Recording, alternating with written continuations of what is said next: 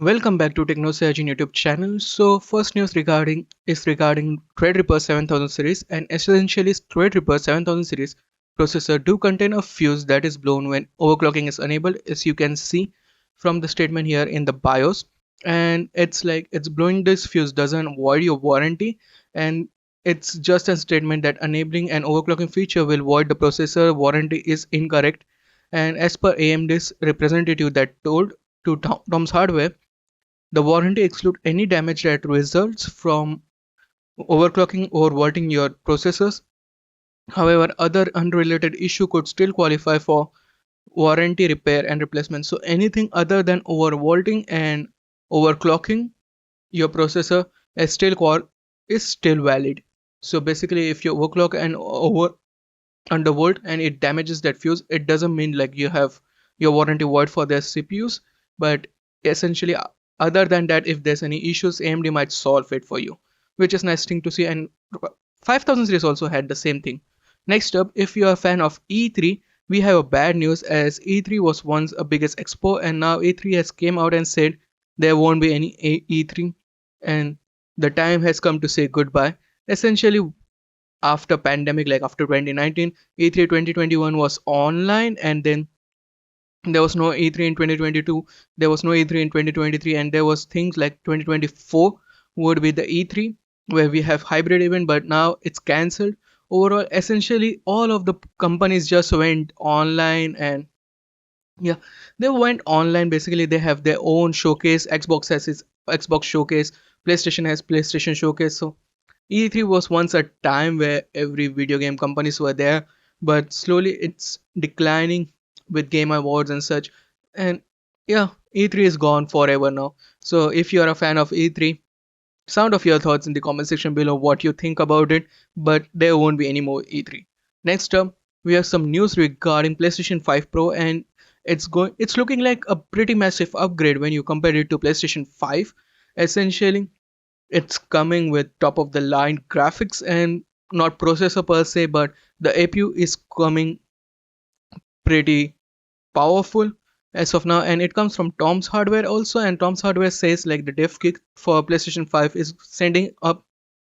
Sony is essentially sending the dev kits to third party, so more details will be leaked this month. So yeah, according to Tom Henderson, it will be happening, but as of now, the leak specs includes a 4nm process, and it's looking pretty nice. As you can see, console code name is said to be Project Trinity, and the SoC code name is Viola, which is nice.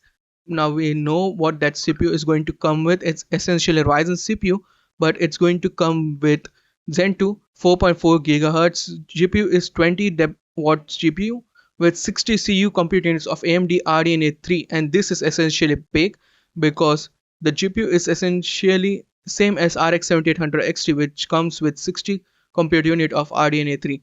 So it's looking, another leaker said it's 56, but that 60 count is looking pretty nice because Kepler also said it's going to be close to 60. So it is what it is, but the GPU segment is looking like a pretty massive improvement. Also, the memory is getting an increase from 16 GB GDDR6 to 18 gigabits per second from 12 gigabits. The announcement date is set to be September 2024, and release is sometime in November of 2024. So PlayStation 5 is looking pretty insane improvement. Maybe it's not able to do 8K, but ray tracing is going to get an massive improvement, and maybe we can get 4K 60 frames per second. Next up, we have some news regarding Ryzen 8000 processors, which has been launched, and essentially we thought like it's going to be similar to Ryzen 7000 processors, essentially a laptop's mobile processor, and most of the performance is coming through AI, but it's indeed not the case, as the benchmarks has been leaked for Ryzen 9 8945HS and Ryzen 5 8645HS Hawkpoint APUs, and it comes from Geekbench. As you can see direct essentially here, it comes with a single core score of 2608 and multi-core score of 12683, which is nice. And when you compare it to Ryzen 9 7980HS, it's 5% faster. And when you compare to Ryzen 5, you essentially get single core score. Ryzen 5 8645HS is single core 2490 and multi-core 10627, which is 10% higher compared to its counterpart while Radeon 780M is good, getting less performance in synthetic benchmark, don't know why,